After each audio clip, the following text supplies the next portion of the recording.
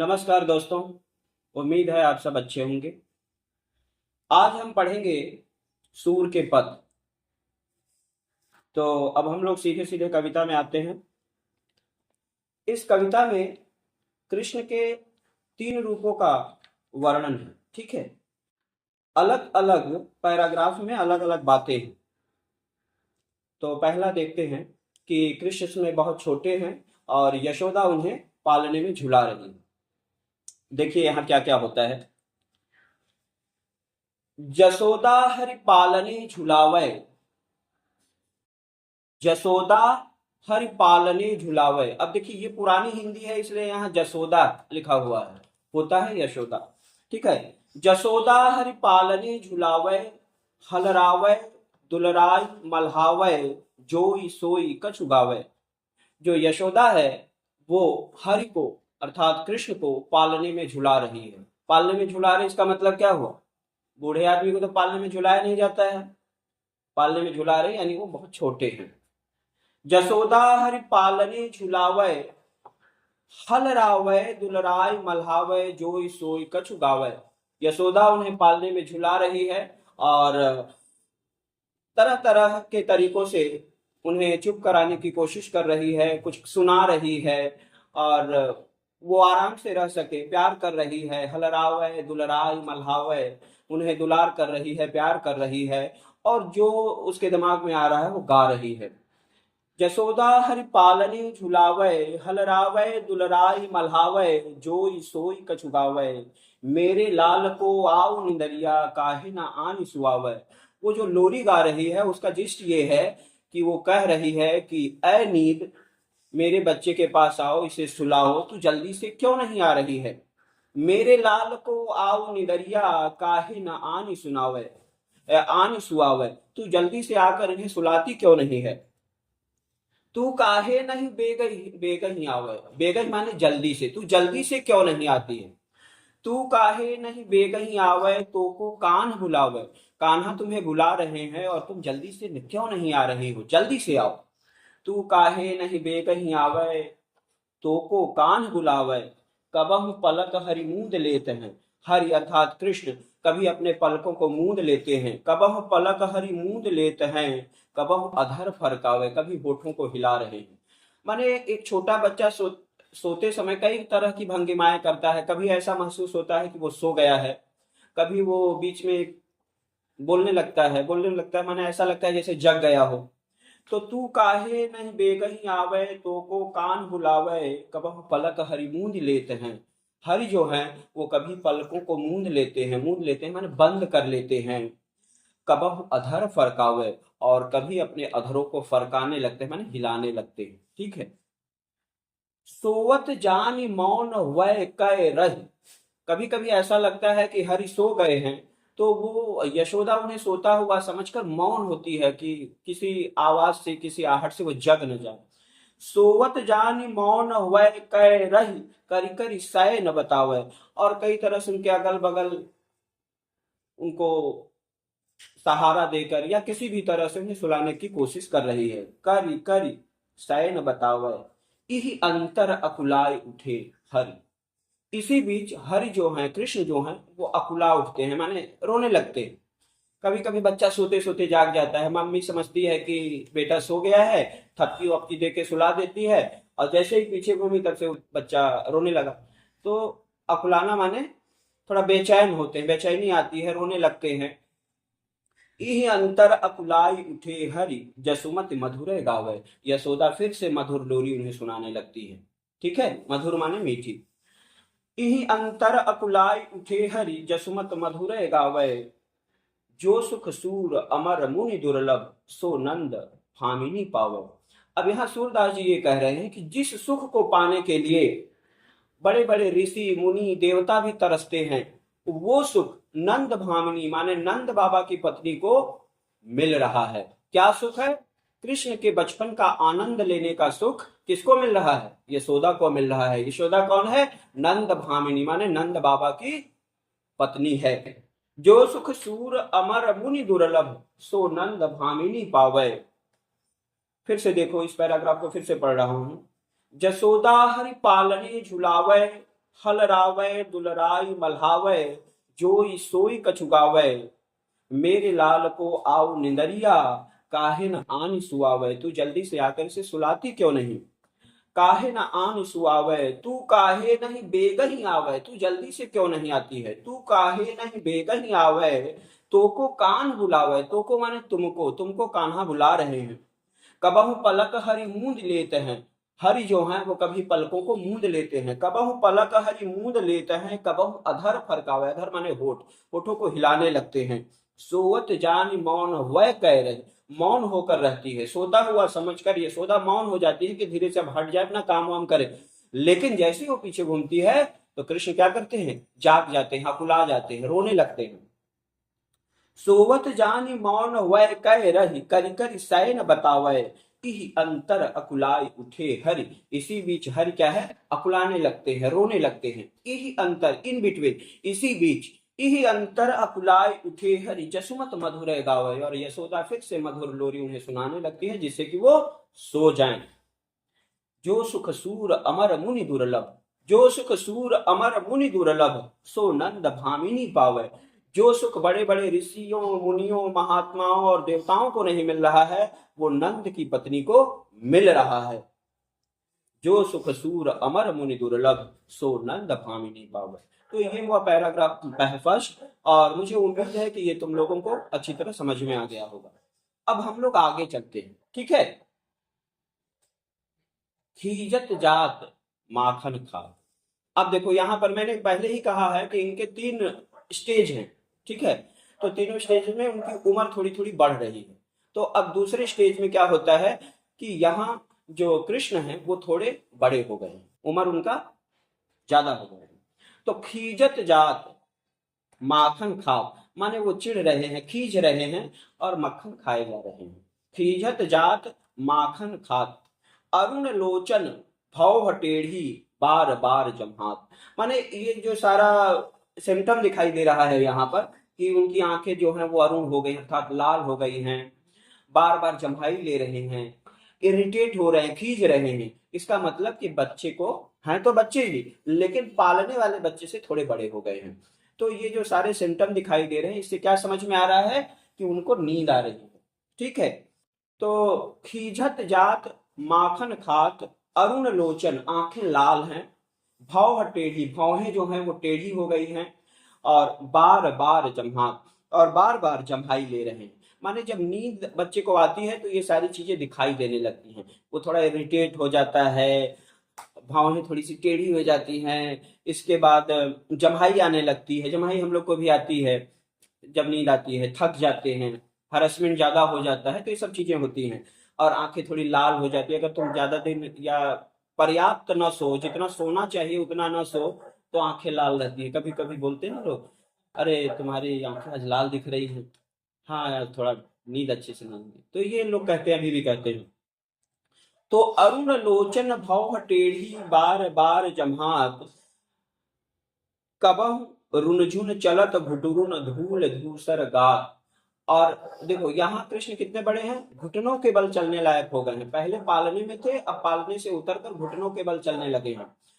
कबहु रुनझुन चलत घुटुरुन धूल धूसर गात, माने कभी घुटनों के बल वो चल रहे हैं, रुंझुन रुंझुन की आवाज आ रही है, माने पाँव में कुछ पहने हुए हैं घुंघरू टाइप का।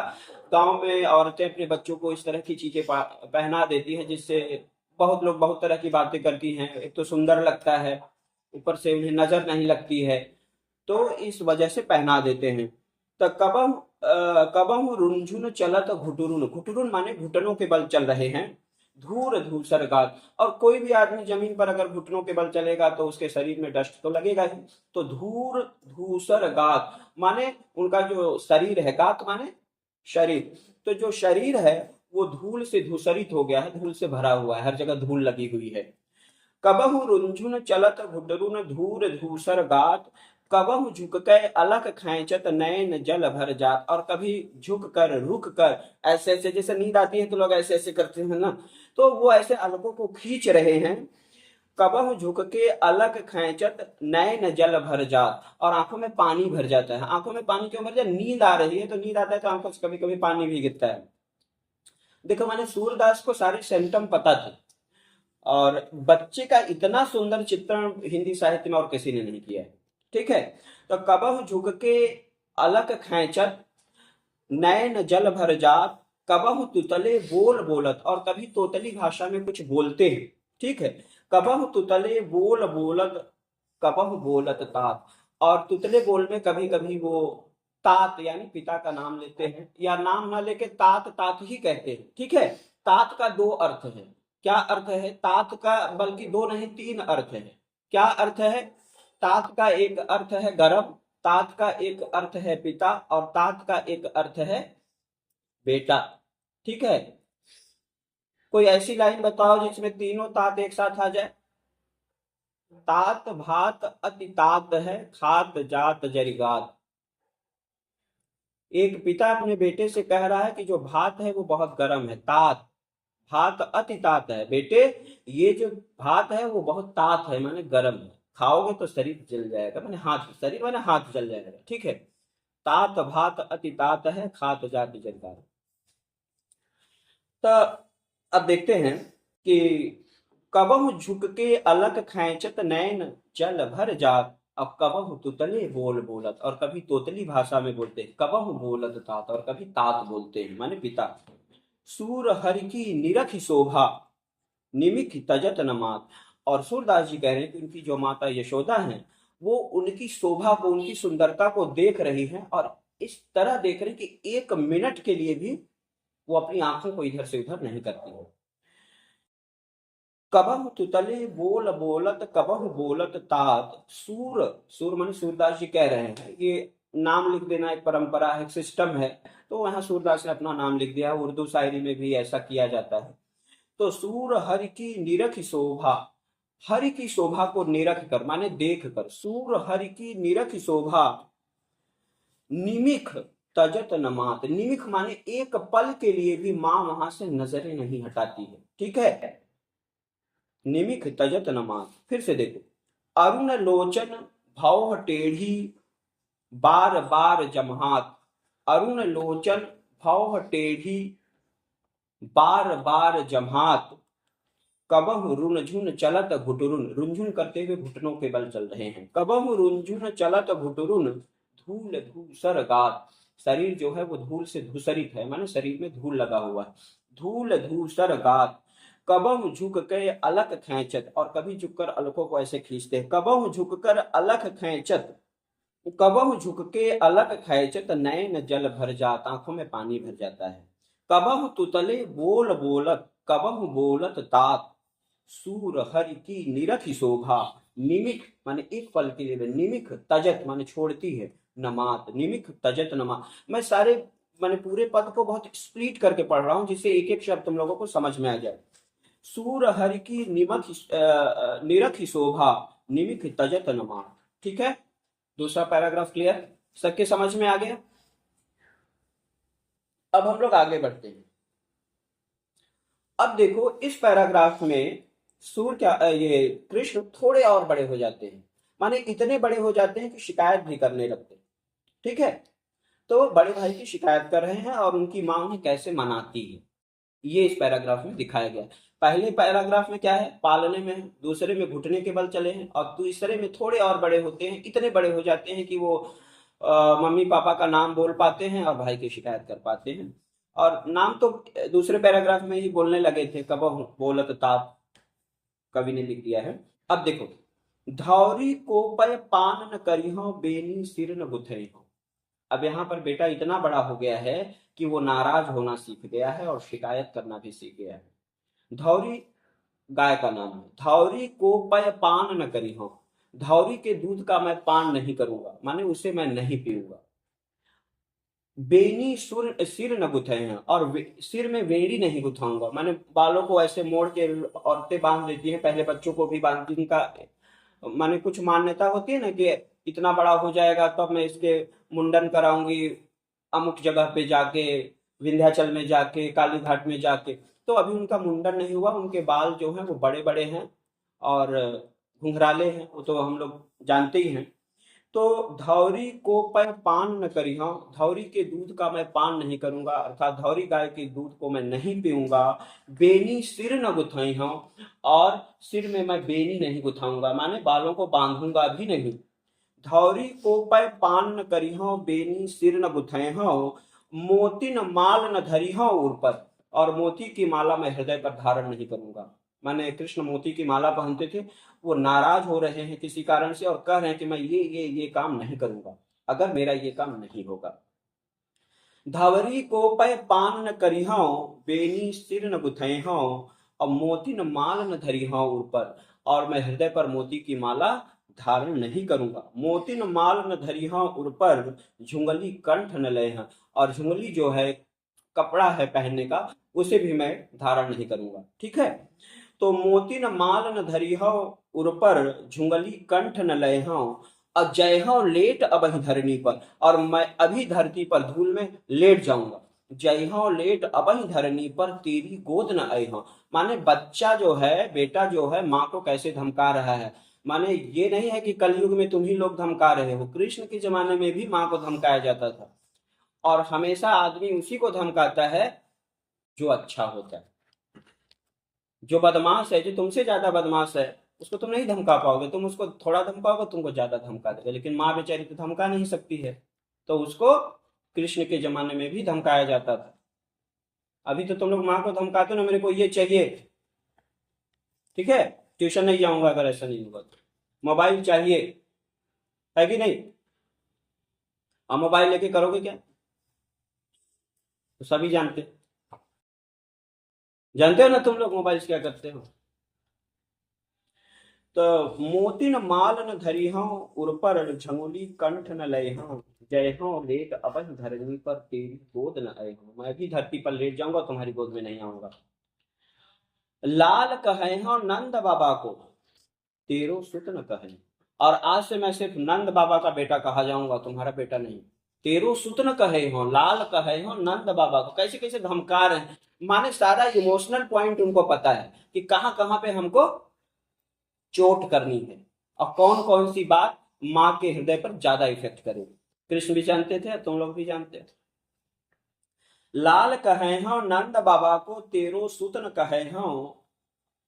लेकिन माँ तो माँ होती है ना, कैसे बहलाती है। कान लाए कछ कहत जसोदा, दाऊ ना ही सुने।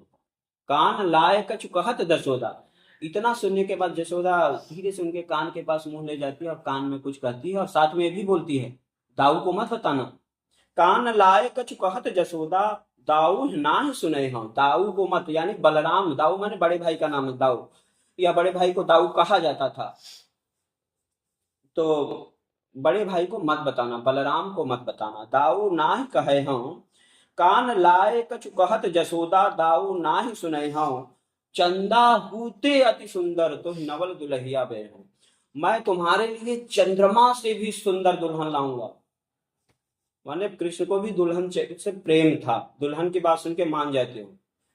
तुम लोग को दुल्हन से प्रेम नहीं होगा, है ना, नहीं है ना। माने वो फोन पे एक बार मिल जाए बात करने के लिए, that's enough, no need of दुल्हन, है कि नहीं। कान लाए कछु कहत जसोदा, दाऊ ना ही सुने हो। चंदा हूते अति सुंदर, तो नवल दुल्हिया बे हो। और चंदा से भी सुंदर एक नई दुल्हन के साथ मैं तुम्हारा ब्याह करूंगा, लेकिन दाऊ को मत बताना। तेरी सौ मेरी सुन मैया, अब ही ब्याहन जय। अब कृष्ण जी बोले भाई ठीक है, मान तो गए, लेकिन मेरी कसम, हम अभी शादी करने जाएंगे, हमको तुमको हमारी कसम अभी चलना होगा। तेरी सौ, तेरी कसम खा के करो, मैं अभी शादी करने के लिए जाऊंगा। तेरी सौ मेरी सुन मैया, अब ही ब्याहन जय हूं। मैं अभी तुरंत शादी करने जाऊंगा, तब तो मानूंगा, नहीं तो नहीं मानूंगा। वो भी कृष्ण थे, इतना आसानी से थोड़ी कुछ बोल दिए और खुश हो गए। मोबाइल पकड़ा दिए, खुश हो गए। पहले चार्ज कराएंगे, मोबाइल का चार्ज करो भैया, अनलिमिटेड साल में। तेरी सौह मेरी सुन मैया, अब ही ब्याहन जय हो। असुर दास सब सखा बराती, नूतन मंगल गए। और इतना ही नहीं, हमारे जितने दोस्त हैं भाई, सबको इनवाइट करना होगा, सब जाएंगे बारात में, तब तो हम मान जाएंगे। बेड़ी भी उछवा लेंगे, धौरी का दूध भी पी लेंगे, धरती पर नहीं लेटेंगे। लेकिन उसके लिए क्या है कि तुम हमको खाली ऐसे कह के बहला नहीं सकती हो, अभी चलना होगा, फैसला ऑन द स्पॉट। तो इसको बेवकूफ नहीं बना सकती। तो सूरदास सब सखा बराती, और केवल शादी नहीं होगा, हमारे सारे दोस्तों को इनवाइट करना होगा। सब सखा बराती, मेरे जितने भी दोस्त हैं वो सब बाराती बन के जाएंगे, और नूतन मंगल गए हों, और अच्छे अच्छे गाना, डीजे वीजे चलेगा, बढ़िया गाना गाएंगे, तब तो हम मान जाएंगे, और नहीं तो हम हाथ से दूध देंगे। ठीक है? समझ में आया कि नहीं आया? क्या सोच रहे हो तुम लोग भी शादी के बारे में सोचने लगे? अभी समय है। ओके, तो आज के लिए इतना पर्याप्त है।